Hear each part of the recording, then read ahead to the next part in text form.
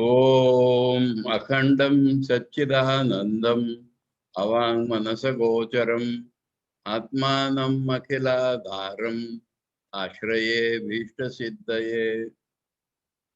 We are studying Sadananda Yati's Vedanta Sar, and on the last occasion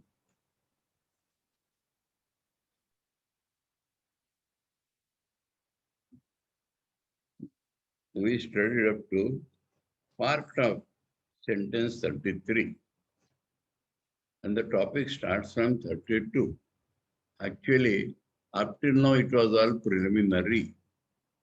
How the Shishya approaches Guru and Guru teaches him. Now the Guru's actual teaching, that is the actual Vedanta, is to start now. So the first point in Vedanta is to understand that the whole world is an adhyasa or adharopa on Brahman. So that adharopa or superimposition, I explained the other day that one theory tells that we have to superimpose and then remove. According to Gita, 9th chapter, shloka 4 and 5. The other advanced view is Thakur's Neti Neti Iti Iti, or that described in Mantra 1 and 2 of Mandukya Upanishad, also in Shlok, Mantra 8 of Ishopanishad, and various other places, that we have to see that it is superimposed, we have to understand that it is superimposed, we have to experience that it is superimposed, which means that the reality is transcendent, that the reality is not affected by what is superimposed upon it, and so. And then when the reality is seen actually, when the reality is realized actually, and then when the mind opens up its eyes again to the world, then we see that the same reality appears as this world. So Adharopa is not to superimpose things on reality, but to know that it is superimposed, which means that the, what about?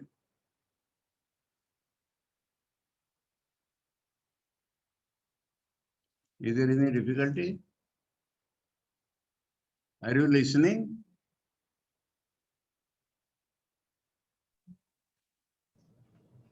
The screen appearance had changed. Somebody had interfered. Anyway, so we have to Yes. know, realize that it is superimposed. That means it is not real. And if it is not real, why it appears real? Because there is a reality at the back. It is so evident actually. And when second point, full realization takes place, only when we know or realize that the same reality appears as this world. That is apavada. Apavada means nothing is superimposed. That very reality appears as all this. That is neti neti iti iti. It is not this, not this, it is everything. That is according to Mandukya Mantra 1 and 2. So, now, what is Adharopa is to be understood. We have said in a general way that the whole world is an Adharopa. Now, what is the whole world? What is the thing on which it is superimposed? This Sadanandeti starts explaining in the sentence 32. And it starts with an analogy. Asarpa bhutayam rajau sarpa aropavat vastuni avastu aropa adhyaropa. Rope which is not snake, which has not become snake. Asarpa bhutayam rajau. Rope which is not snake or rope which has not become snake. Sarpa ropavat. On it, the snake is superimposed. That means we do not see the rope, we are seeing the snake. What means like that, similar to that. This is an example. What is exemplified? Vastuni avastu aropa adharopa. So actually one thing is not superimposed upon the other. Unreality is superimposed upon the reality. That thing which is superimposed is not real. On which it is real, on which it is superimposed, that is the reality. So this he makes very clear in the first sentence that superimposed is not something actual which is superimposed, something unreal, a vastu which has no substance, which is not real, which is unreal, is superimposed upon vastu, the substance or the thing in itself or the reality. Now he has to explain what is vastu and what is the unreal, that he has to explain. So for that he comes to 33, Vastu Satchit Anandam Advayam Brahma. Avas Agyanadi Sakala Jada Samuho Avastu. We have to very carefully proceed now. We have to make a clear concept about Brahman, as clear as we can, as clear as Sadananda Iti has explained. Existence, consciousness, bliss. One without a second. That much he has defined. It is also defined as Satyam Jnanam Anantam Brahma,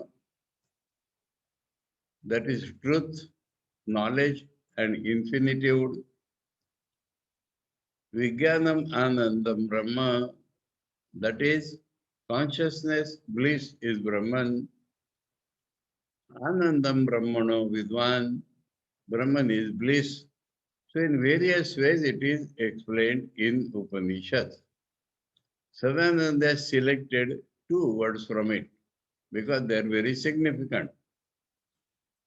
I tried to explain on the last term existence as apart from a thing exists.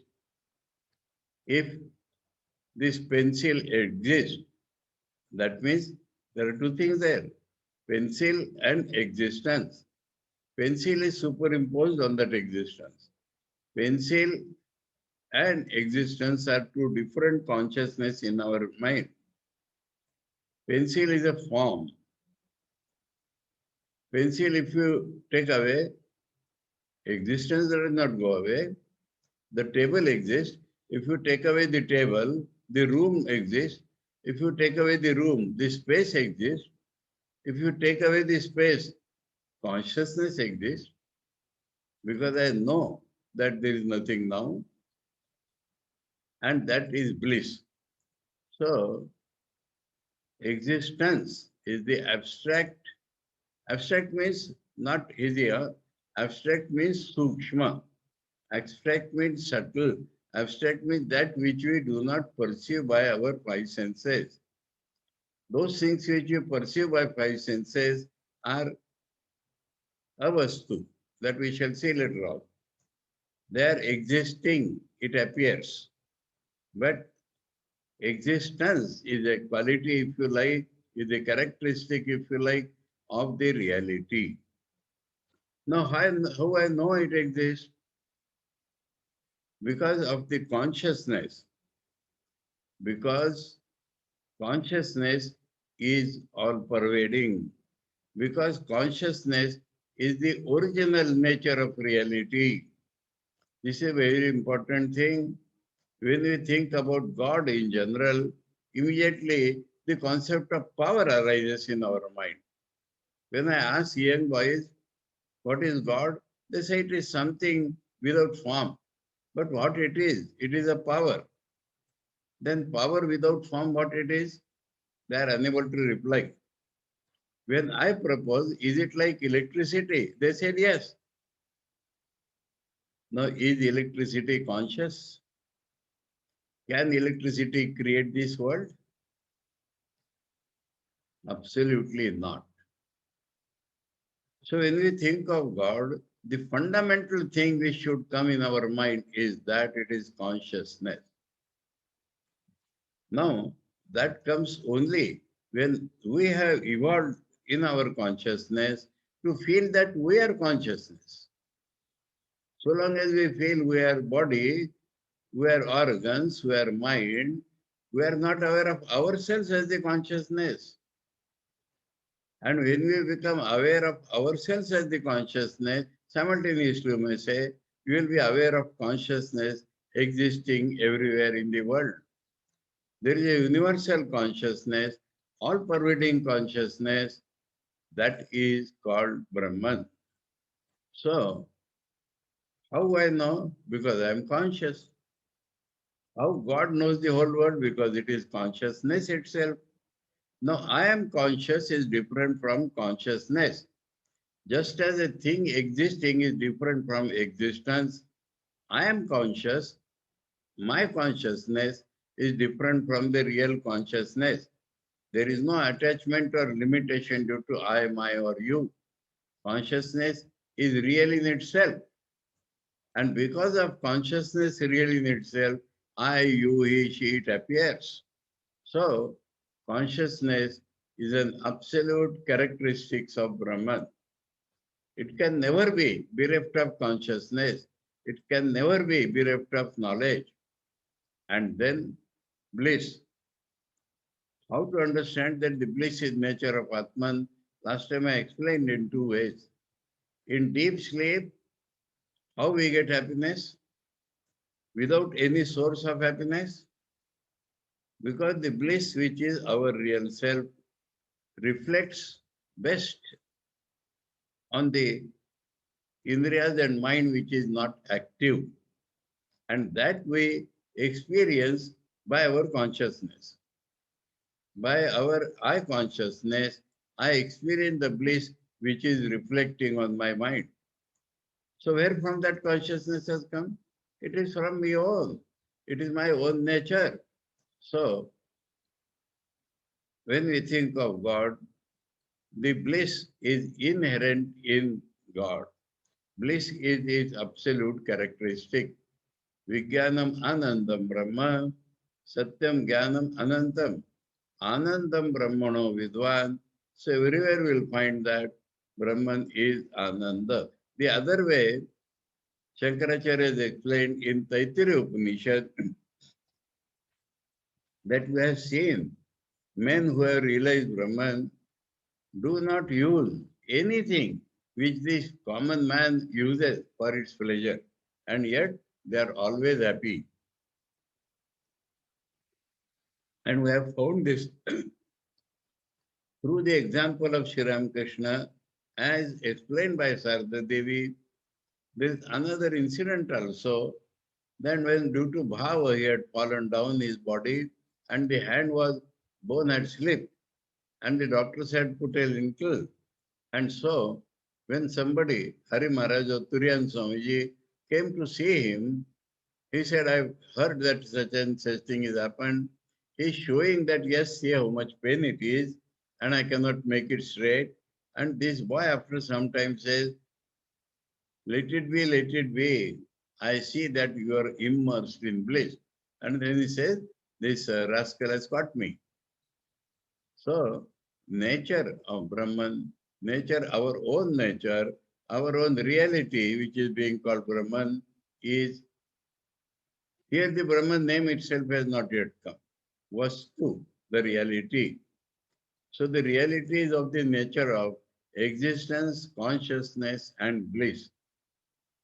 There is one more thing. Not that there is a God and there is a world. That is only an appearance. We have just now seen Neti Neti Iti Iti real, that very God has appears through names and forms as this world. So if you count God one, then 2, 3, 4, whatever we see is nothing but that one. That one itself is 2, 3, 4, 5, everything. Especially, Advaya means that there is a perceiver and perceived. This is not in reality. In reality, the division between a subject and object is not there. So in the real nature of reality, existence, consciousness, bliss, one without a second. Because one God, second, third, fourth world, that is not real. So one without a second. That means what we see as second, third, fourth is nothing but that very one. So in Nirvikalpa Samadhi, we see, we cannot say even it is one in Nirvikalpa Samadhi. And same thing when we come out, we see that the same thing has appeared as two, has appeared as many, but they are appearances. It is the same reality. Advayam. This is the nature of reality. Vastu Satchidanandam Advayam Brahma. After this we had studied, we reiterated today. Now, Brahma, oh Brahma he has named. Satchidanandam Advayam Brahma. And the meaning of the word Brahman is all pervading and transcendent reality. Sarvatita Sarvavyapi existence. That is Brahma. So this is the reality. Now, the next half. Agyan Adi Sakala Jada Samuho Avastu. I was telling you, and stop there, that this Adi has three types of meaning. Adi is used as etc. and other things. That is the meaning. Second meaning is a series starting from that point. Agyana, then something, then something, then something, a series. So the series starting from Adnana is called Adnanadi. And the third meaning is that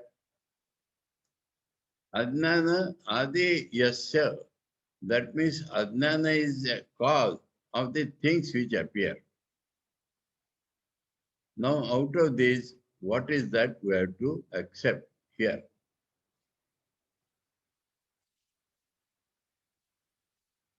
One thing.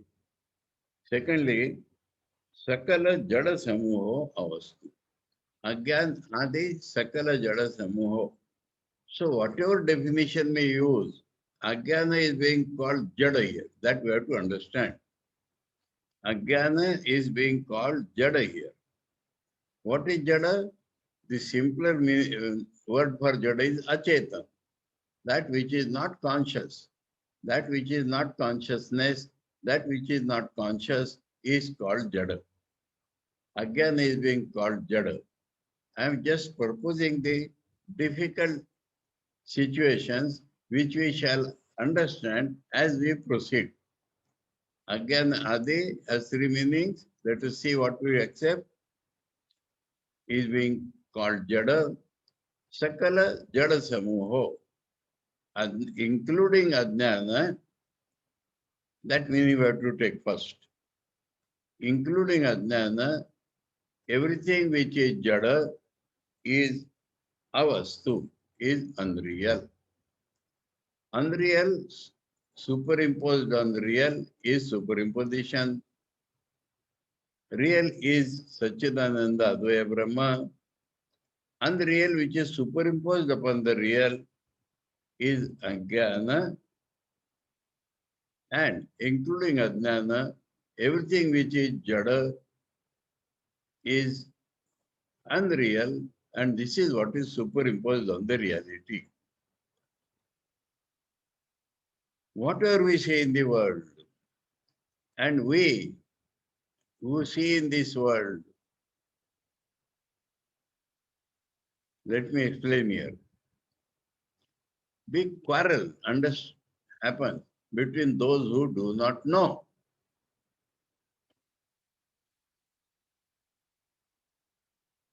It does not require Shankaracharya. It does not require Bhagavan Shri Ram Krishna to tell us that the world is unreal. We can easily find out if we can properly analyze. And if we follow our analysis, first thing we have to understand that everything in this world, the world itself, is transient. Kshanabangur, momentary, changes from second to second. Let us first be clear on this point. We make this furniture, table. and say that for 100 years nothing will happen to this table. This statement is not real, not true. Because if nothing happens after 100 years, then nothing happens eternally. Because nothing happens means it will be in the same condition in which it is today. So from there you have to count 100 years.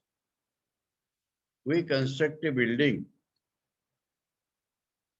The moment one pillar is over, concretized, and we start concreting of the other pillar, the first pillar starts decomposition immediately. Every cell in our body disappears after 12 years, not suddenly. Otherwise, you could have seen that. One cell is changed today, one cell is changed tomorrow. So the medical science tells us that after 12 years, the old cells are not there. What is in this world which is not changing? A tree grows, stays, decays, gone away. Man's body is born, develops, gone away. Any rupa, any form in this world is never constant.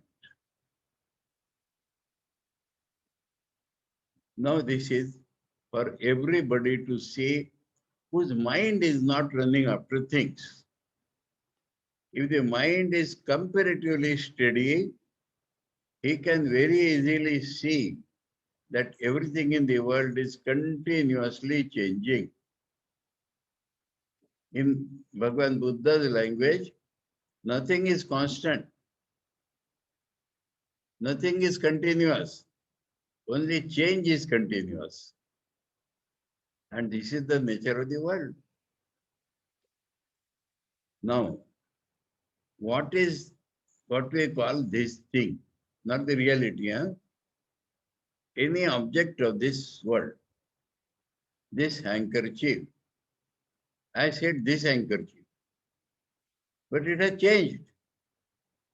So what I call the handkerchief, that was 5 minutes back, or that is now. That was yesterday, or that which is today. This one has to understand. This has been best explained by the Buddhistic philosophers. But common sense can make us understand. It does not require any philosopher. It does not require Shankaracharya or Sri Ramakrishna. If it is changed, what we call the thing? Some lump of flesh comes out of the mother's womb and it goes on changing and changing. We give it a name. You are Almir, you are Amar. Then that sticks to us and that makes it appear as real. So anything in the world itself, because it is constantly changing, is absolutely unreal. The names we are using, but for what we are using the names is a mystery.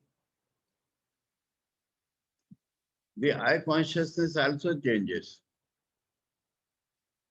I wonder always, a small child's I consciousness and a developed man's I consciousness is different. Body changes, mind changes, the door, the chair, the table, the room, everything changes. The world itself goes into destruction. Rishis have seen this in their experience, and those who might have experienced the pralaya, and it was not there once upon a time, it appears. Adau ante chayannasti vartamanepi tattata. That which was not there, that which will not be there, then in the middle what we are saying, other than an appearance. So, this is the main crux of Vedanta. Unless we deal with this problem, No Vedanta for us. Unless we are very clear that whatever we see in this world, the world itself is evanescent, changing every moment, transitory, evanescent, Shanabhangur, and so Asat, unreal. Sakala Jada Samuha Avastu. Now Jada, what is Jada? And why Jada is Avastu? We'll later on understand that it is the very nature of Brahman to appear as manifold infinitely with the help of names and forms. Forms are not real, names are only sounds. It does not change Brahman, but it appears to be manifold. Now, we are not aware of the consciousness. We are not aware of everything as consciousness.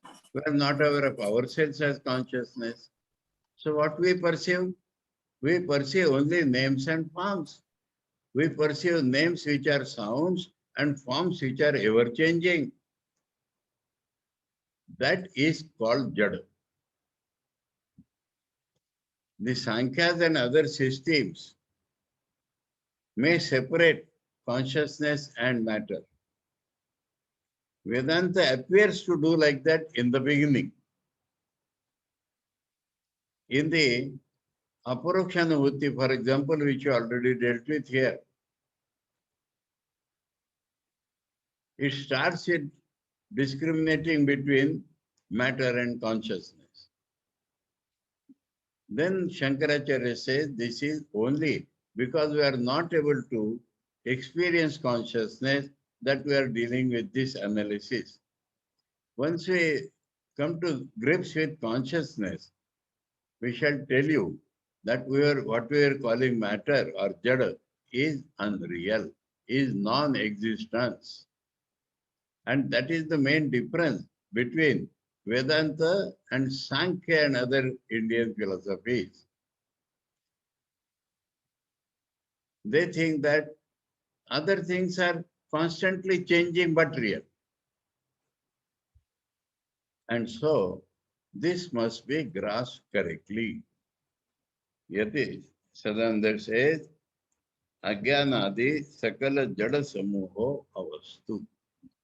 So, Jada we understood, when we do not perceive consciousness, we perceive names and forms, that is called Jada. And Jada Samuha means all types of Jada things are unreal because the consciousness is missing, because the existence is missing. They are ever changing. Ever changing can never be real. Now the question number 1 stands. Ajnana is called Jada. Now, unless we understand what is Ajnana, we cannot understand this particular term. So we turn our attention to 34 now. And 34 says Ajnanam tu. You know, in Sanskrit, this tu word, though appears in the middle of a sentence, it has to be taken in the syntax in the beginning of the sentence. He said, "We have told you Ajnana. Don't jump because of the word to think that it is absence of knowledge. Ajnana. If Jnana is knowledge, Ajnana will appear in our mind at the first sight to be absence of knowledge. But Sadananda tells, please do not take it like that. That is the meaning of the word tu.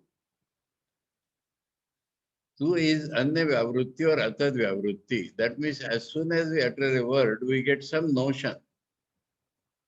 And if it is wrong, it has to be removed. So that is the work of the word tu. Ajnanam tu. When we remove this wrong idea, let us understand what it is. Sat asadbhyam anirvachaniyam. A big mistake people do in common language, common behavior. I am facing it for last some days tremendously. Somebody puts a question and said, tell me yes or no, yes or no, yes or no. Yes or no, do not exhaust world, please. Real has a meaning. Unreal has another meaning. The world is not exhausted by these two words. There is something which is hazy. There is something which is real, we can't say. It is unreal, we can't say. So there is another category. It is not something confusing. Huh? It is not something like what the Jainas say, that we have to make 7 statements. It is or it is not, or it is and not like that. Very definitely there is a category where this overlapping has taken place, where this superimposition has taken place. And so, please never in life think that yes and no are the only two categories. And that becomes a problem. Anyway, so Sat means real, Asat means unreal, Sadbhyam anirvachaniyam, cannot be determined. Cannot be determined. Now let us examine this point in relation to this Ajnanam.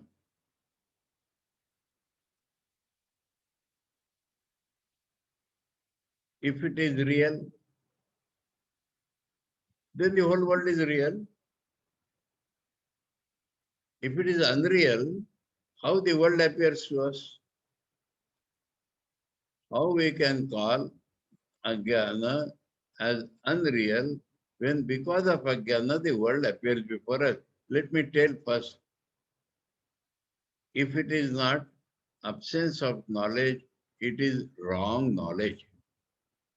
The unreality is superimposed upon the reality, it produces a wrong knowledge.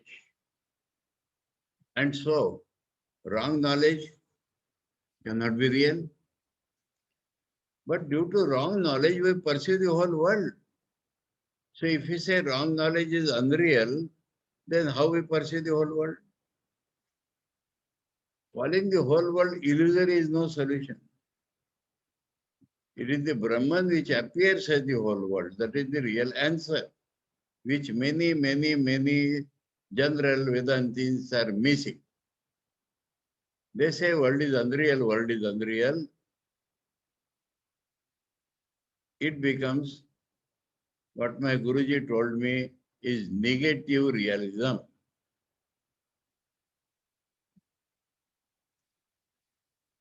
That means unreal we say, mithya, and we try to search from where it has come.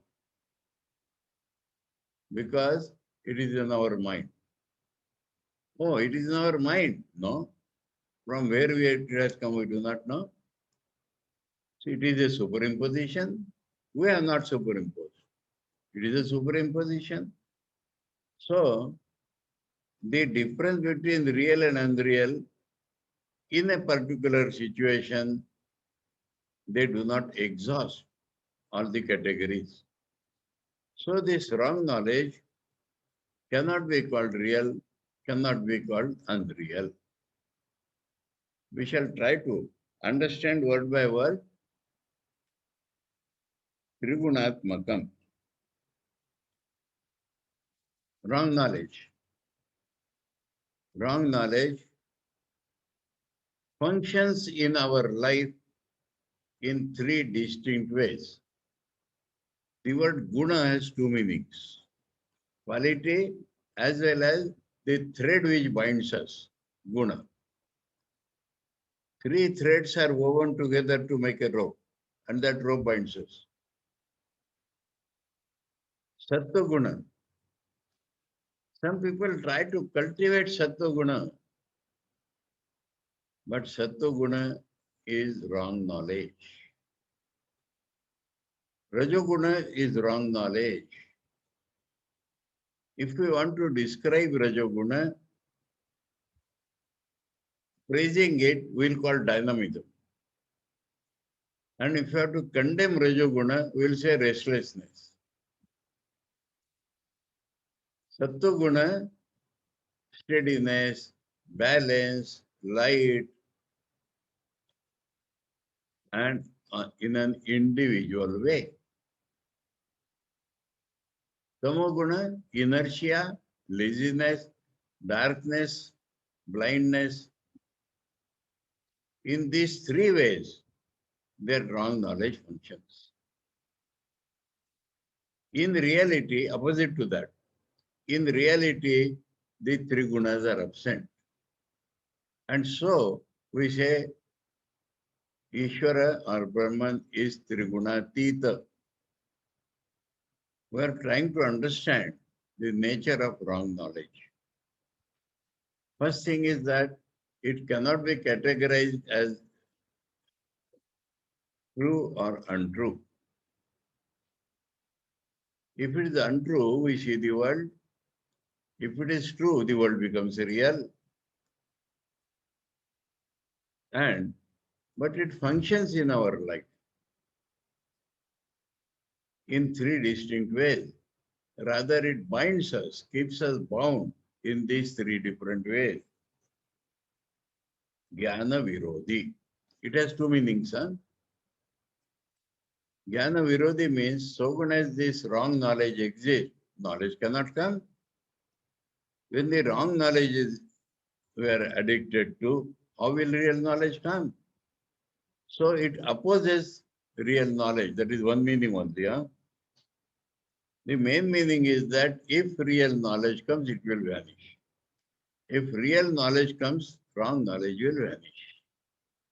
So, Jnana Virodhi means it is opposite to real knowledge, or real knowledge is destructive of wrong knowledge. And that is what the Vedanta proposes. That is what the Vedanta proposes, to implant right knowledge in us so that our wrong knowledge goes away. So, Jnana Virodhi. Bhava Rupa. Bhava means something positive. Positive, whether it is subtle or gross. We feel a positive something about wrong knowledge. Because it disturbs us, because it produces the world, because we get so many things due to it. So it is something positive. Here we understand it is not only positive, it is a power. That will be shown at the end of this sentence, Devatma Shakti. If it is not only positive, it has a power of deluding us with the help of three gunas. It has the power of keeping us bound life after life due to the three gunas. So it is very dangerous. It is not only positive, that means it appears to exist, but this wrong knowledge is powerful. It is power itself, the power of bondage. That one has to be aware of. Yat kanchid iti vadanti. Something is that we say. Something means unclear. Something is opposite to nothing. Something it is there. Something works in our mind. That is what we know. Something works in our mind. Yat kinchit iti vadanti. Now, Sadanda iti will give experience and Shruti quotation. That is his style throughout the book. If he says something as a statement of fact or through reason, then he will immediately give an example and then he will tell what the rishis think about it. So, Aham agya ityadi anubhavat. Can anybody in this world claim to have knowledge, full knowledge? Do we not really experience that we do not know anything? We are seeing only the external forms. We do not know the real nature of anything. Logically, the German philosopher Kant proved that our mind is made of time, space, and causation. Anything we try to know, we fail. We fail to get at the real nature of anything. And so it's a common experience in life. I don't know this, I don't know that. So this don't know that proves that it is Jnana Virodhi, that it is a force in our life, a negative force in our life. Now comes the best part of this definition, and we have to proceed very carefully. He refers to Shweta Shatur Upanishad, third verse. It stands like that. Some people determined to find out the cause of this world together are discussing, and all the theories of cosmology up till now discovered are discussed by those people. Kala Svabhavo Niyatir Yadricha Bhutani Yoni Purusha iti Chintya Sanyogatesham Natu Atma Bhavat Atma pi Anisha Sukudukha. I'm not going to describe them. I'm only telling that all the theories examined by them, they disproved it by their reason. Reason has the capacity to show the fault of anything which is faulty. Reason has no capacity to show us what is the truth. And when they come to their wits' end, they understood, or the wise people told them, there is a faculty called meditation. Not meditation on this and meditation, not the humbug meditation which the Yati Yogis teach. Penetrative insight. So they took recourse to penetrative insight. They dhyana yoganugata apashyan. And they directly realized what is the cause of the world. And what was that cause? Devatma Shaktim Swagunair Niguda. Devatma Shakti has been explained in various ways by Shankaracharya. Deva is God. Atma Shaktim, his own power, not different from him. They explain that Agni and its burning power cannot be distinguished. They are not different, two names only. So, this Ajnana, this makes all the difference, because each philosopher uses his terms and that term has to be understood. So Ajnana as used by Sadanayati is also Devatma Shakti, which is called Maya. When we refer to God, we call this Ajnana as his Shakti, as his Shakti which deludes us, as its Shakti which appears to create the world, as its Shakti wherein he appears as this world. Deva Atma Shakti. And we do not feel that normally. Because Saguna is Niguda. Its gunas means two things. These three gunas or the entire world which is its creation. So this power of God is hidden by its own creation. Power of God is hidden by the teen gunas which function. So now connect everything to find what is Ajnana. Ajnana, wrong knowledge. For us, it is wrong knowledge. God does not suffer from wrong knowledge, but he has a power to appear as this world which is unreal. Due to his power to appear as this unreal world, we are caught and we have wrong knowledge that this world is real. This is the connection between Ajnana belonging to God, Ajnana belonging to us. For us, Ajnana is wrong knowledge. For God, Ajnana is the power by which He appears as this world. For God, Ajnana is the power which deludes us. So, this we have to be very clear. Sadandaiti's use of the term Ajnana covers the meaning given by the word Maya Shakti. On individual level, it is wrong knowledge for us. God does not suffer from wrong knowledge. So in God's case, it is his creative power, if you like to call it. It is the power which makes him appear as the different world, we may say. One reality appearing as many, that is called Devatma Shakti. So this Bhava Rupam is not only something positive, but something terrible. In Swami Vivekananda's Jnana Yoga, there are 3 chapters on Maya, and they tell that everything is Maya and everything is terrible.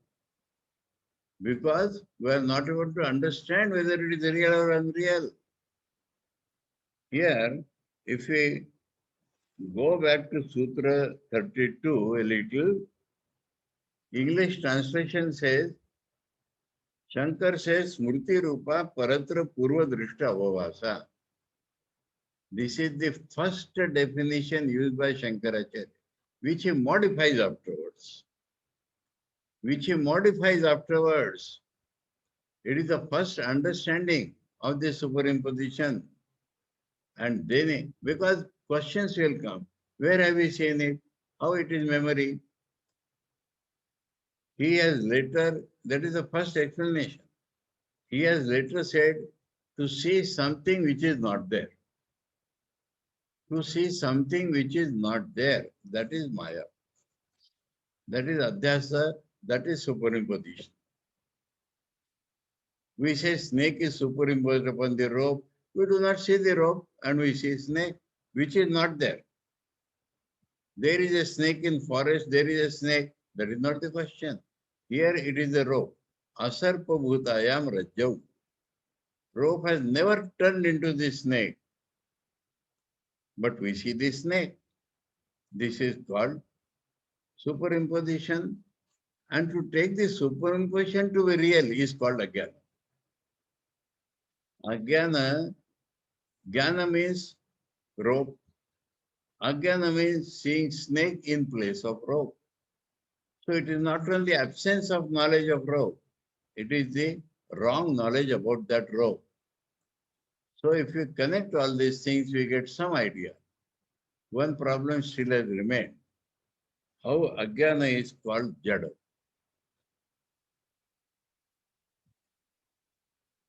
Now, opposite to Ajnana is Jnana, and Jnana is consciousness.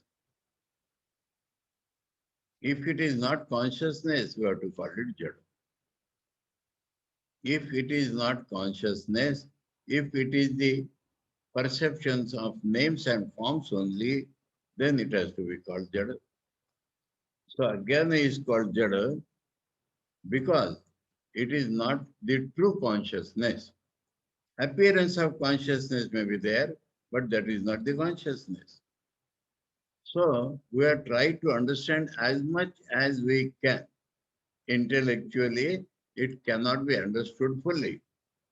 But connecting these 3 sentences, we are trying to understand as much as we can.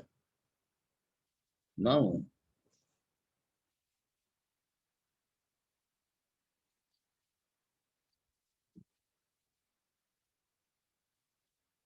one more sentence I will read. Idam ajnanam Samashti Veshti Abhiprayena Ekam Anekam iti. No, let us take it next. Let us take it next week only. We look to these three sentences again and again, that superimposition of unreal things on the reality is called superimposition. It has already taken place. We are not doing it. We find ourselves in that situation. And then the reality is existence, consciousness, bliss, one without a second. Brahman means transcendent immanent reality. Ajnana and all other jada things are unreal. All things which appear bereft of consciousness, all things where consciousness is not perceived, is called jada. Again, also being opposite to knowledge, it is called jada. Again, being opposite to knowledge, so we do not perceive knowledge when it is a wrong knowledge. And so it is also called jada. And all things starting from Ajnana are jada. So all things including Ajnana are jada. And so they are all unreal. And that is the basic difference between Sankhya and other philosophies with Vedanta. Prakriti is not real. Nature is not real. Nature is being superimposed upon the reality. Names and forms are being superimposed upon the reality. That is the basic difference. So, Ajnana Adi Sakala Jada Samuho Avastu, they are unreal, superimposed upon the real. And but Ajnana is not absence of knowledge merely. Ajnana is not merely absence of knowledge, absence of right knowledge, which means presence of wrong knowledge. So Ajnana is a wrong knowledge about ourselves. Ajnana is a wrong knowledge about the world which we perceive. Wrong knowledge about ourselves, that we are a subject dealing with objects. Wrong knowledge about the world, that they are objects to be enjoyed by us. The right knowledge says it is one Brahman which is appearing as you, me, he, she, it, and all objects of the world is nothing but the appearance of that Brahman. And so we cannot call it real or unreal because it makes the world appear real, because the world does not become real. So this wrong knowledge cannot be called true or untrue. This gives the insight into the wrong fight. If somebody says, please tell me yes or no, yes or no. The world is not exhausted in yes and no. There are many hazy areas, gray areas, which are impossible to find out whether it is yes or no. It is a mixture. It is a coupling of yes and no. That is the whole world. That is the ajnana in the whole world. It is a coupling of yes and no. That is the wrong knowledge. In reality, there is no coupling. In reality, there is no doubt about yes or no. Reality is existence itself. Reality is knowledge itself. Reality is bliss itself.